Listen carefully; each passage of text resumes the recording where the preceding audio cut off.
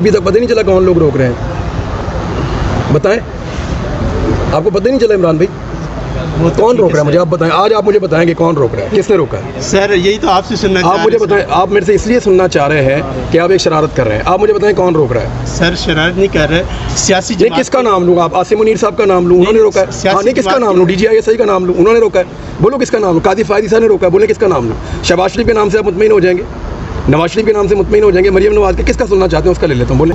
असल में कदीर साहब ने जज साहब से कहा कि जी इनको बार बार आने की ज़रूरत तो नहीं है इस केस में, तो जज साहब ने कहा जी इनको आज भी आने की ज़रूरत नहीं थी।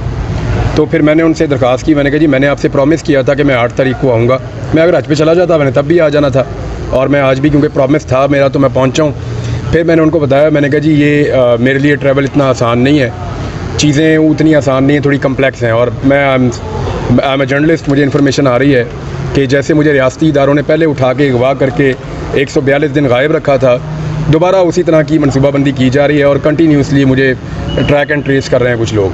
वो मुझे उसकी परवाह कोई नहीं है, जब तक मैं बाहर हूँ तब तक मैं बोलता रहूँगा, लेकिन मैं जज साहब को मैंने अपना ये कंसर्न जो है वो मैंने बता दिया कि जी ये मेरा कंसर्न है।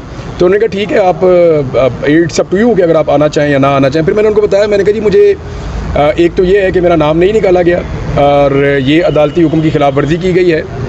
दूसरी मैंने उनको ये बात बताई कि मुझे तो ASF ने दूसरा मुकदमा करवाया, तो मैं जुरिस्डिक्शन में था वहाँ पे एयरपोर्ट की और ASF की, तो ASF ने दूसरा मुकदमा करवाया, इसका मतलब है मैं उनकी हुदूद में था जब ही उन्होंने मेरे पे मुकदमा दर्ज करवाया।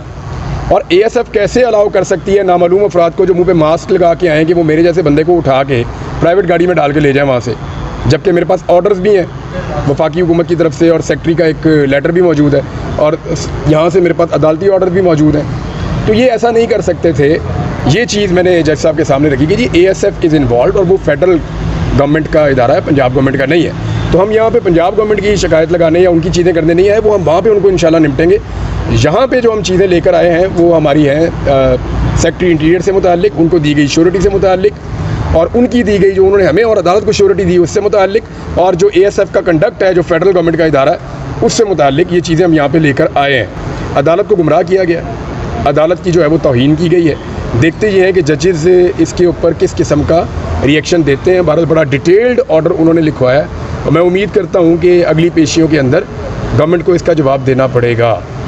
इमरान भाई, आज शाह महमूद कुरैशी साहब को जो है कोट लखपत जेल में मुंतकिल कर दिया गया है, और क्या समझते हैं उनकी भी उसी तरह रिहाई मुमकिन हो सकती है जिस तरह परवेज़ लखपत जेल में ये है कि वहाँ पे क्योंकि केसेस चल रहे हैं जो लाहौर में मुकदमात हैं 9 मई के हवाले से, और दहशतगर्दी के जो मुकदमात हैं वो 9 मई के वहाँ पे हैं, वहाँ पे जेल के अंदर समाअत होती है केसेस की।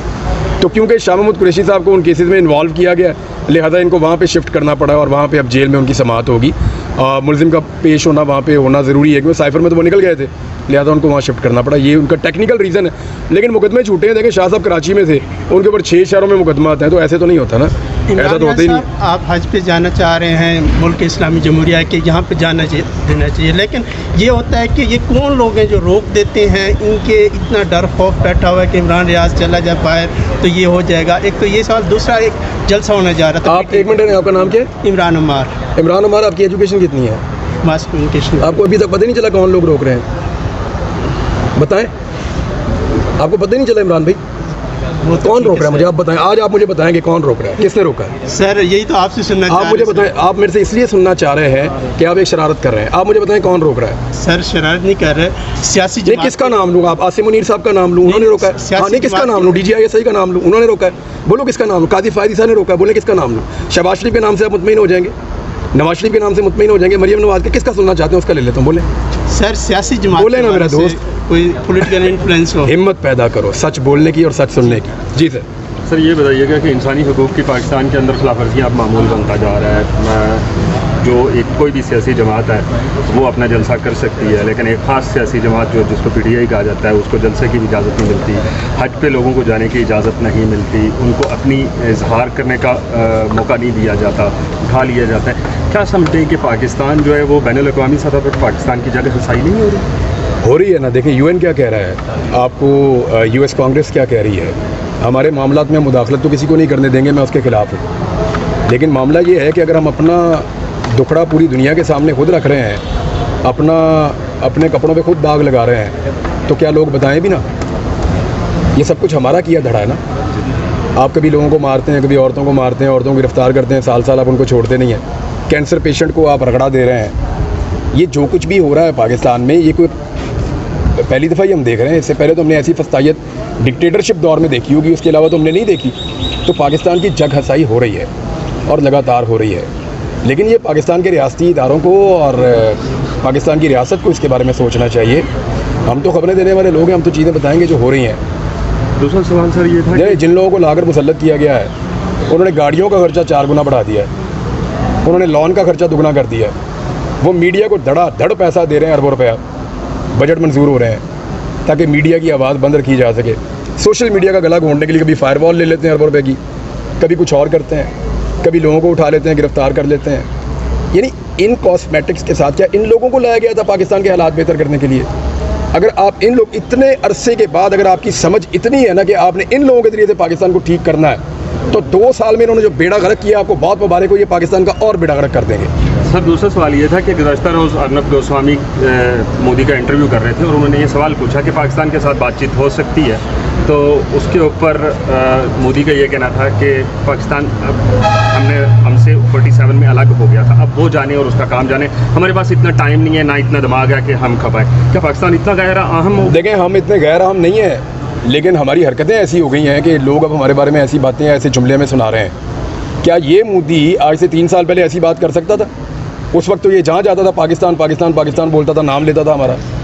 उस वक्त तो इसको नींद नहीं आती थी पाकिस्तान का नाम लिए बगैर। ये क्या हो गया ऐसा 2-2.5 साल के अंदर कि वो हमें बेवकूफ़ समझ रहा है, या वो समझ रहा है कि हम लोग चीज़ ही कोई नहीं है? क्या हो गया पाकिस्तान को 2 साल में? कुछ तो हुआ ना भाई, कोई तो ऐसी चीज़ है जो हमसे गलती हो गई है, या लोग हमारा दुश्मन भी हमारा मजाक उड़ा रहे हैं। तो मामला सिर्फ इतना है कि 600 अरब डॉलर की इकॉनमी है उनकी, और आपकी 6 अरब डॉलर मुश्किल से है। तो फ़र्क तो है ना भाई फिर। सर, हुकूमत मुज़ाकराती कमेटी बना रही है जिसमें खान साहब ने भी कहा हमारे नुमाइंदे भी शरीक होंगे, क्या समझते हैं? ये ऑपरेशन के मामले के ऊपर जो वो हो रही है APC ओवरऑल सर सियासी अदम इस्तेकाम जो है उसको कम करने के लिए, सियासी अदम इस्तेकाम कम एक ही तरीके से हो सकता है कि विक्टिमाइजेशन जो है वो ख़त्म की जाए। यानी जब आप लोगों को मारते हैं तो लोग रोते हैं, अगर आप नहीं मारेंगे तो नहीं रोएंगे। अगर इस्तेकाम पाकिस्तान में लेकर आना है तो बर्बरियत ख़त्म करनी पड़ेगी, जबर ख़त्म करना पड़ेगा, ये जो पाबंदियाँ इजहार राय पे ये ख़त्म करनी पड़ेंगी, और मैंडेट का एहतराम करना पड़ेगा। तो इस्तेकाम सियासी तौर पे आएगा। मैं जर्नलिस्ट, मुझे इन्फॉर्मेशन आ रही है कि जैसे मुझे रियासती इदारों ने पहले उठा के अगवा करके 142 दिन गायब रखा था, दोबारा उसी तरह की मनसूबाबंदी की जा रही है और कंटिन्यूसली मुझे ट्रैक एंड ट्रेस कर रहे हैं कुछ लोग। वो मुझे उसकी परवाह कोई नहीं है, जब तक मैं बाहर हूँ तब तक मैं बोलता रहूँगा। लेकिन मैं जज साहब को मैंने अपना ये कंसर्न जो है वो मैंने बता दिया कि जी ये मेरा कंसर्न है।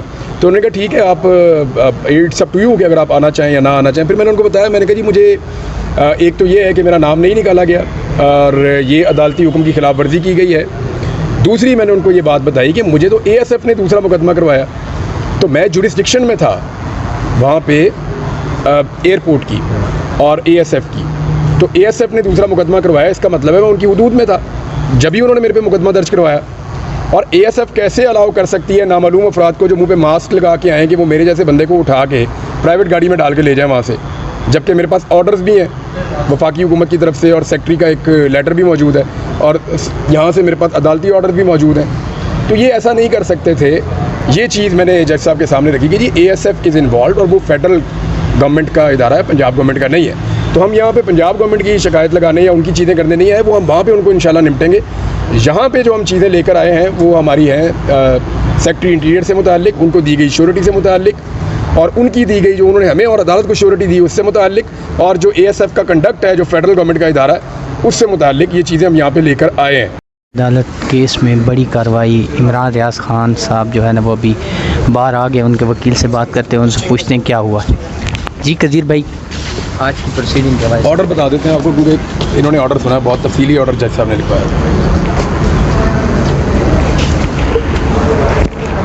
अच्छा, आज जो है वो इमरान रियाज से रिलेटेड जो केस था, जो कि पहले अदालत ने 11 को एक इंटर कोर्ट अपील में एक ऑर्डर पास किया था जिसमें हमें हज पे जाने की इजाज़त दे दी गई थी इमरान रियाज साहब को, और फिर हमें सेक्रेटरी इंटीरियर साहब के पास भी भेजा था कि जी आप वहाँ पे चले जाएं, और चूँकि आपने लाहौर से ट्रैवल करना है तो सेक्रेटरी इंटीरियर साहब जो कंडीशन इम्पोज करते हैं उसको देख लें, अगर वो कंडीशन अनरीज़नेबल हुई तो हम उसको सेटिस्फाई कर देंगे और उसके बाद आप हज पे जा सकते हैं।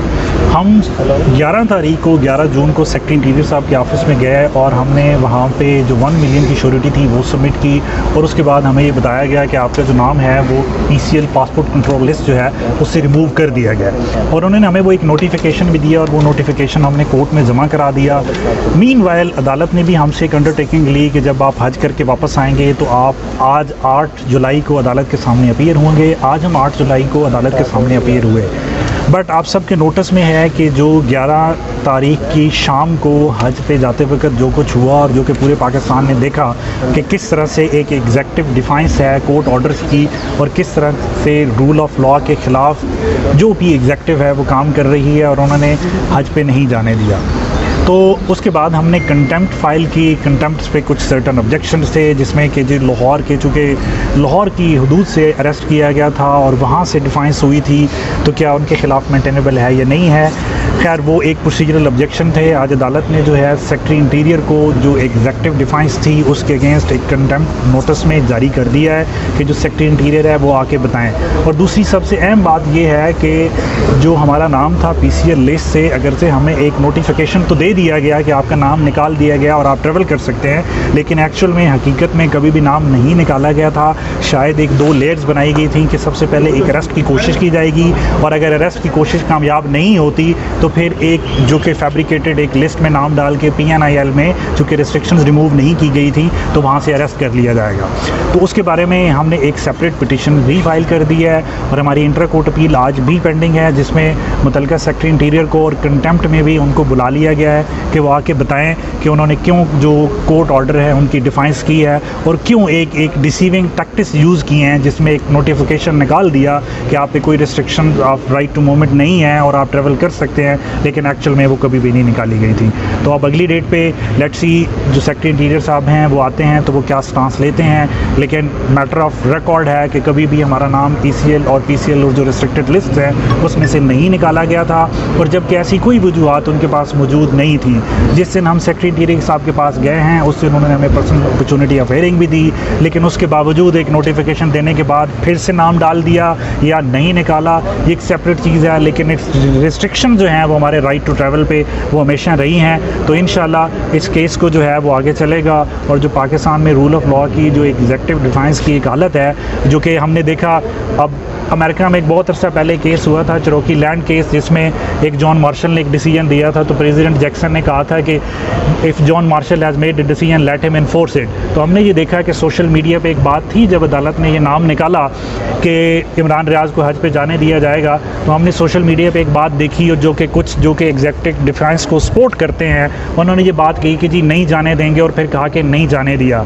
तो अब ये इस अदालत के लिए एक मार्शल मूवमेंट है कि उन्होंने अपने ऑर्डर्स को, जो 11 तारीख का ऑर्डर था जिसमें बड़ा कैटेगोरिकली कहा गया था कि कोई ऑब्स्ट्रक्शन, कोई हिंड्रेंस क्रिएट नहीं की जाएगी, कि अदालत अपने इस ऑर्डर को कैसे इन्फोर्स कराती है। सर आपका भी जज साहब से मुकालमा हुआ, उस हवाले से थोड़ा सा बताइएगा कि आज क्या गुफ्तगू हुई। वो